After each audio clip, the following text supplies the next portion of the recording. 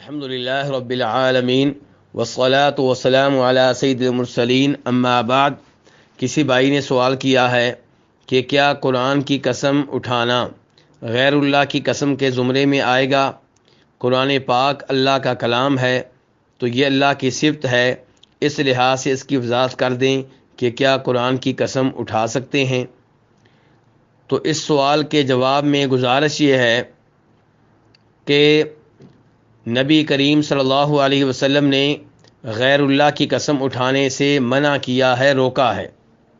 چنانچہ امام ترمذی اور امام ابو داؤد یہ دونوں روایت کرتے ہیں جناب عبداللہ بن عمر رضی اللہ تعالیٰ عنہما سے کہ انہوں نے ایک آدمی کو سنا کہ وہ کہہ رہا تھا کعبہ کی قسم، تو جناب عبداللہ بن عمر نے اس آدمی سے کہا غیر اللہ کی قسم اٹھانے کی اجازت نہیں ہے، یعنی کہ کعبہ اگرچہ جتنا بھی معظم ہے، جتنا بھی محترم ہے، وہ بہرحال اللہ نہیں ہے بلکہ غیر اللہ ہے، اور غیر اللہ کی قسم اٹھانے کی اجازت نہیں ہے۔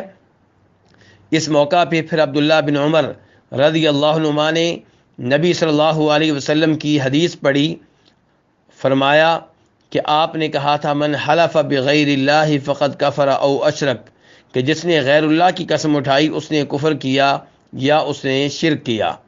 تو اس حدیث سے پتہ چلا کہ غیر اللہ کی قسم اٹھانے کی اجازت نہیں ہے۔